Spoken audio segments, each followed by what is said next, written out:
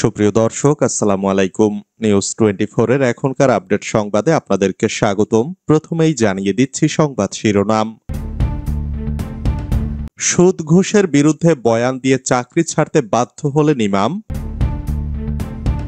দ্বিতীয় ধাপে রাজনৈতিক দলের সঙ্গে ঐকমত্য কমিশনের আলোচনা। ঐকমত্য কমিশনের সংলাপ বয়কট করল জামায়াত ইসলামী। ইশরাক সমর্থকদের বিক্ষোভ, উপদেষ্টা আসিফ মাহমুদ ও মাহফুজের পদত্যাগের দাবি। নারায়ণগঞ্জে ড্রেন থেকে যুবকের বস্তাবন্দি লাশ উদ্ধার।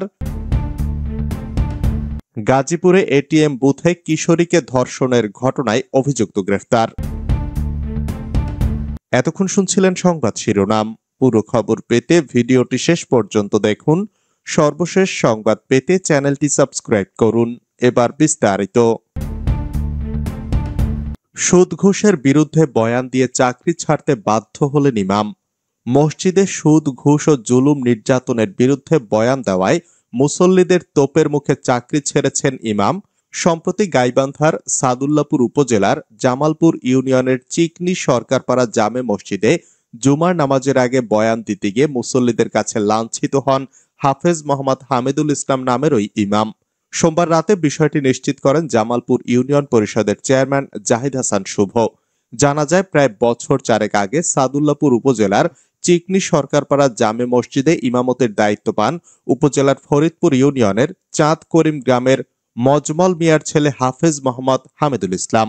গত বছরের জুলাইয়ে ছাত্র জনতার আন্দোলন চলাকালে মুসল্লিদের উদ্দেশ্যে জুলুম নির্যাতনের বিরুদ্ধে বয়ান দেওয়ায় তাকে রাজাকারের বাচ্চা আখ্যায়িত করে গালি দেওয়া হয়। মসজিদটির কিছু দায়িত্বশীল ব্যক্তি এই গালি দেন বলে অভিযোগ ওঠে। এরপর কিছুদিন আগে সুদ ঘুষের বিরুদ্ধে মসজিদে বয়ান দেন ইমাম হাফেজ মোহাম্মদ হামিদুল ইসলাম। এতেও ক্ষিপ্ত হয়ে ওঠেন কতিপয় মুসল্লি। তখন থেকে এই ইমামকে সরানোর জন্য বিভিন্ন অপকৌশল চালানো হয়। গেল রমজানে তারাবির নামাজ পড়াতে না দেওয়া সহ অন্যান্য সামাজিক বিষয়েও ইমামকে বঞ্চিত করা হয়। এছাড়া মসজিদটির নাম পরিবর্তন করে চিকনি উত্তরপাড়া জামে মসজিদ নামে চালাচ্ছেন সেই দায়িত্ববান ব্যক্তিরা। সেই সঙ্গে ইমাম হামিদুল ইসলামের সঙ্গে অশোভনীয় আচরণের প্রতিবাদ করায় জাহাঙ্গীর আলম সরকার হারুন নামের এক মুসল্লিকে সমাজ ছাড়তে হয়েছে বলে জানা গেছে। দ্বিতীয় ধাপে রাজনৈতিক দলের সঙ্গে ঐকমত্য কমিশনের আলোচনা। রাজনৈতিক দলগুলোর সঙ্গে জাতীয় ঐকমত্য কমিশনের দ্বিতীয় পর্যায়ের আলোচনা পুনরায় শুরু করতে হয়েছে। মঙ্গলবার বেলা 11টায় রাজধানীর ফরেন সার্ভিস একাডেমির দোয়েল হলে এ আলোচনা শুরু হয়। জাতীয় ঐকমত্য কমিশন থেকে সোমবার পাঠানো সংবাদ বিজ্ঞপ্তিতে এ তথ্য জানানো হয়েছে। আলোচনা শেষে জাতীয় ঐকমত্য কমিশনের সহসভাপতি অধ্যাপক আলী রিয়াজ প্রথমে সাংবাদিকদের আনুষ্ঠানিকভাবে ব্রিফ করবেন। পরে রাজনৈতিক দলগুলোর প্রতিনিধিরা ব্রিফ করবেন। এ আলোচনা চলবে আরো 2 দিন, 18 ও 19 জুলাই।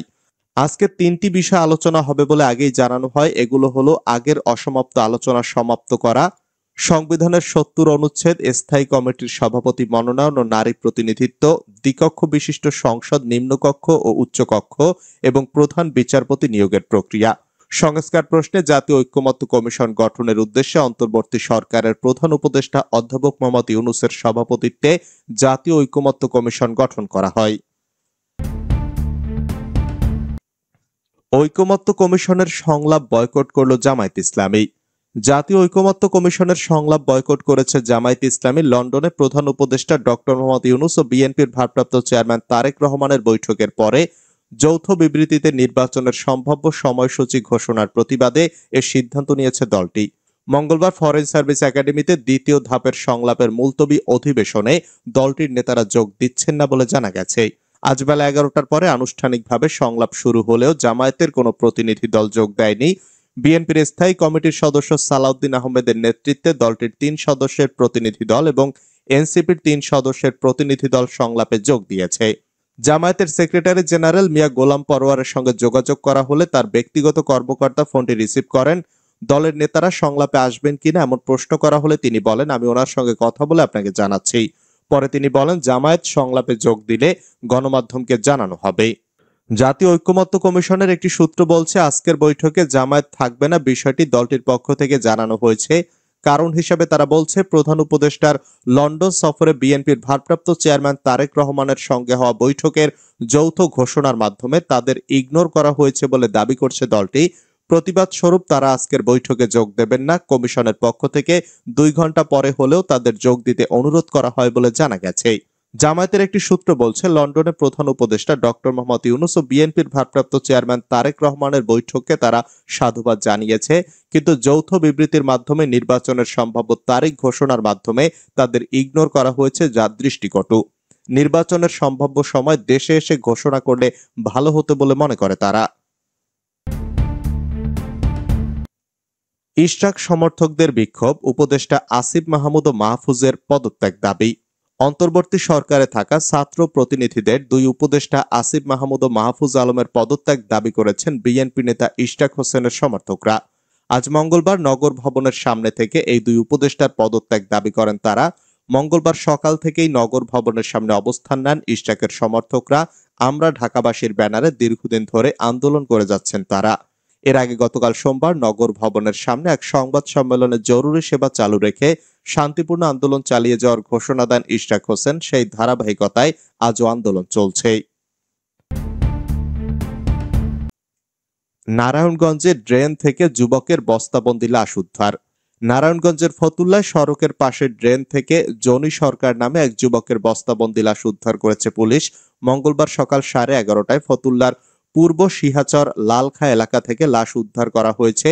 নিহত জনি সরকার সিলেট জেলার জামালগঞ্জ থানার বিষ্ণুপুর গ্রামের করুণা সরকারের ছেলে। নিহতের বাবা করুণা সরকার জানান, তিনি ফতুল্লা খান সাহেব ওসমান আলী ক্রিকেট স্টেডিয়ামে নৈশ প্রহরীর কাজ করেন। স্ত্রী, 2 মেয়ে ও একমাত্র ছেলে জনিকে নিয়ে ফতুল্লার পূর্ব সিহাচর লালখা এলাকায় দুলাল পুলিশের বাড়িতে ভাড়া থাকেন।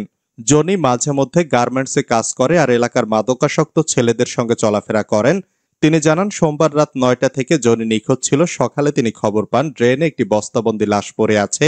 এরপর পুলিশ এসে বস্তা থেকে লাশ বের করলে জনিকে শনাক্ত করেন তিনি। ফতুল্লা মডেল থানার পরিদর্শক আনোয়ার হোসেন জানান, প্লাস্টিকের বস্তায় হাত পা বাঁধা অবস্থায় ড্রেন থেকে জনি সরকারের লাশ উদ্ধার করা হয়েছে। ধারণা করা হচ্ছে তাকে মারধর বা শ্বাসরোধে হত্যা করা হয়েছে। ময়না তদন্ত রিপোর্টে হত্যার প্রকৃত কারণ পাওয়া যাবে। গাজীপুরে এটিএম বুথে কিশোরীকে ধর্ষণের ঘটনায় অভিযুক্ত গ্রেফতার।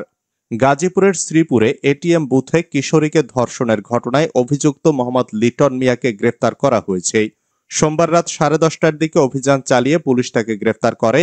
গ্রেফতার করা মোহাম্মদ লিটন ময়মনসিংহের গফরগাঁও উপজেলার ডুবাইল গ্রামের মৃত আব্দুল আউয়ালের ছেলে। লিটন শ্রীপুর উপজেলার মুলাইদ এলাকার আতাবুদ্দিন মুছার বাড়িতে ভাড়া থেকে ওই এলাকার ডাচ বাংলা ব্যাংকের এটিএম বুথে নিরাপত্তা কর্মী হিসেবে কাজ করতেন। ঘটনার পর থেকে তিনি পলাতক ছিলেন।